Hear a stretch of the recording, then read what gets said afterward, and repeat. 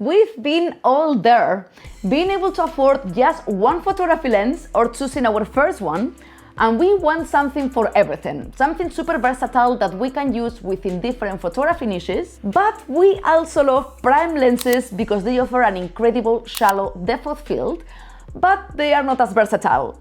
So in this channel, you're gonna be able to see so many behind the scenes of my photo shoots. You're gonna learn how to make money with your camera, you're gonna learn stock photography, you're gonna see photography vlogs, and you're gonna see a lot of self-portrait photography and how important this is to become a better portrait photographer. But we also talk about gear a lot because it's 13 years I've been shooting, so subscribe to my channel if you didn't yet and you enjoy this content. Today I'm gonna explain exactly what you have to look at to get one lens that is gonna be useful for your specific work. Think about your photography niche.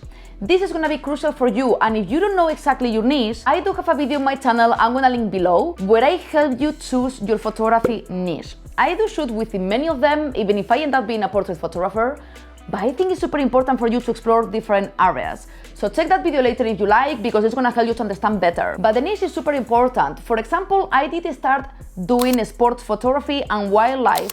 So my first lens was a zoom lens, a 70-300. I have it here. Obviously I upgraded, it wasn't this one exactly. This one is newer and better. But yes, a zoom lens is gonna be very useful for wildlife and sports photography. So if you're gonna be into that, maybe you got to look into a zoom lens. If you're gonna shoot macro, I did experience with macro photography as well. It's tremendously hard.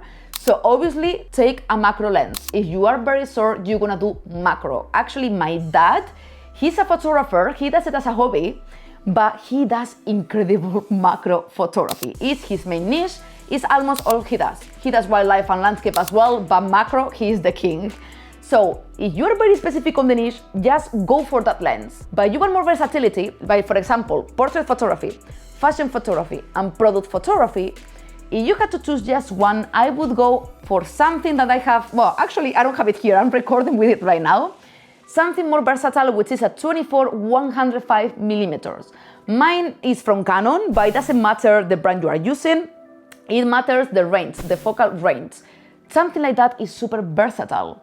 Before having that one, I was using a 15-85mm from Canon, and it was a very basic lens, and I did shoot so many paid projects with that lens in many categories. And it did an amazing job, and it was more than enough, and I had just that lens.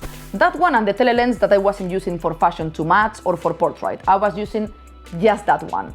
So if you are into those niches and you want to experiment a bit, a versatile lens would be the perfect one for you. If you are into street photography, I recommend you a zoom lens or something versatile like the one I just told you. Because for street photography, zoom in, zoom out is very good. Prime lenses as well. If you are very sure you just want street photography, maybe you can do with an 85mm prime lens or with a 50. Because they offer an incredible shallow depth of field and they're gonna offer you an amazing performance in low light. But if you are not really clear and you want to experiment, the versatile choice for me is still the best one. And obviously for landscape photographers, you're gonna need a wide lens, like very wide, 17, 15, whichever range you want. But for example, for now, I do have only my 24-105mm from landscape, because 24 with a full frame camera, I have the 5D Mark IV. I'm gonna link everything below for you to see, but my camera is a 5D Mark IV from Canon and it's full frame. So 24mm is more than enough for landscape, even though I'm thinking about buying something even wider because I wanna come back to my travels and I'm gonna need something like that. And my favorite, which is something for everything. Like when you start photography, if you are a professional, just ignore it a bit because you're gonna be more niching down. So you're gonna have to listen to the other things I just told you. But if you're a beginner photographer, I recommend you to take a versatile lens. For me, with the versatile lens, allow me to explore within many niches and then find out what I wanted. So now I own more prime lenses because I'm a portrait photographer. But the versatile lens is gonna give you so much joy because you're gonna be able to experiment with everything and you're gonna spend the money once, but you're gonna go for years with that lens till you figure it out. Because many people jump into the conclusion of the niche too quick. Because I was doing macro photography, I was doing sports, and now I love portrait. And when I started, I can promise you, I never thought I would be a portrait photographer. I wasn't attracted to solve with people, and now it's my favorite thing. Don't do the mistakes many people do, and don't choose a very niche down lens that is not gonna allow you to be versatile when you start. Think about what you need from your lens the most. This can be zoom. Maybe this is something you really need, because as I mentioned before, you're gonna be shooting wildlife, sports photography, or maybe street photography, and you really need something to zoom in and out. You don't wanna have to be moving yourself all the time, because with a prime lens, it's you who has to move, not the zoom. So maybe this is something you really need, and that's your answer already. Maybe you need a wide angle lens, as I mentioned before, for landscape photography, but also for real estate. Maybe you shoot interiors and you need something very wide.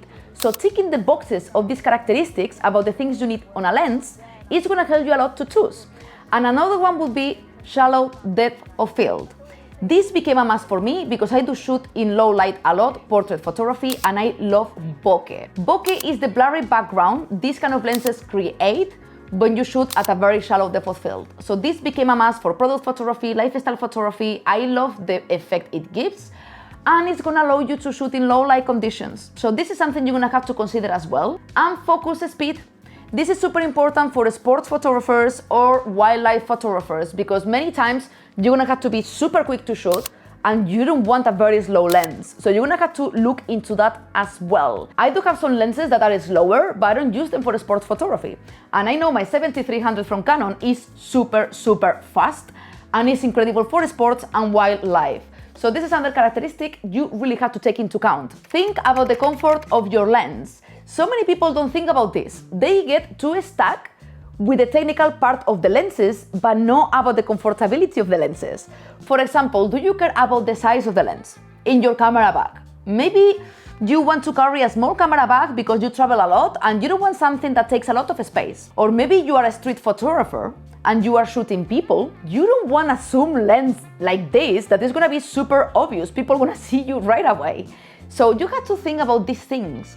And a very good one as well is about the weight, because this, I'm gonna explain why, affects me a lot. I do have so many problems on my back, and I do have a very heavy lens, which is this one. If you follow my channel, you know it, because it's my favorite portrait lens. I'm gonna put everything below, as I mentioned before. Look at this. Look at this. They call it the king of the bokeh. It's f1.4, 105 millimeters from Sigma. But I don't know the weight I had to take, but it's super freaking heavy. And with my 5D Mark IV, you have no idea how heavy it is on my backpack. So for the city, it's amazing. I can deal with that when I shoot outdoors in the city in London. Or I can deal with that when I shoot in my studio, here behind, in my home photography studio. I do have a video about this as well. But I'm gonna come back to my travels soon. If you are a travel photographer or you travel a lot, I cannot recommend you this lens. I recommend it because it's an incredible quality. It's the best quality I've ever tried till the date, but it's very heavy and very big, and it's not ideal as a travel companion.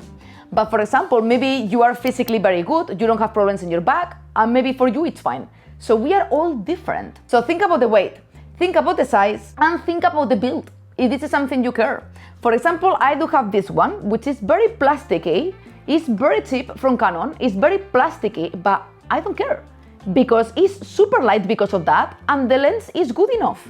So many people are very picky and you prefer something well constructed. This one is amazing from Sigma and it's very good constructed, but they are heavier.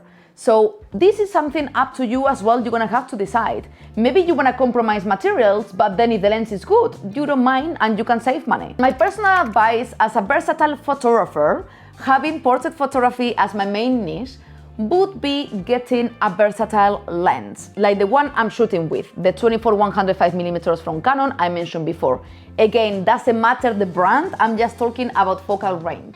If this is something like you're gonna be using a lot, if you are a beginner, if you want to explore within many niches, I really recommend you to get a versatile lens. It's the best investment. My 15-85 I used to shoot with, I don't even know how many years I've used it. I don't even know how many paid projects I've done, and it's an average lens. So don't get stuck into the fact like you need a very expensive lens to make amazing content, amazing photography, amazing video. If you are starting, versatility is key. And obviously, if you are a professional photographer right now, yes, full on, upgrade, buy prime lenses and go for the expensive ones because they do make a difference. And if you're interested about prime lenses, check this video, I'm gonna put somewhere here, about which prime lens I would choose if I would have to choose just one for everything. Anyway, I really hope you enjoyed that video and you found it useful. If you did, please like it and subscribe if you didn't yet, and I will see you very soon. Big love.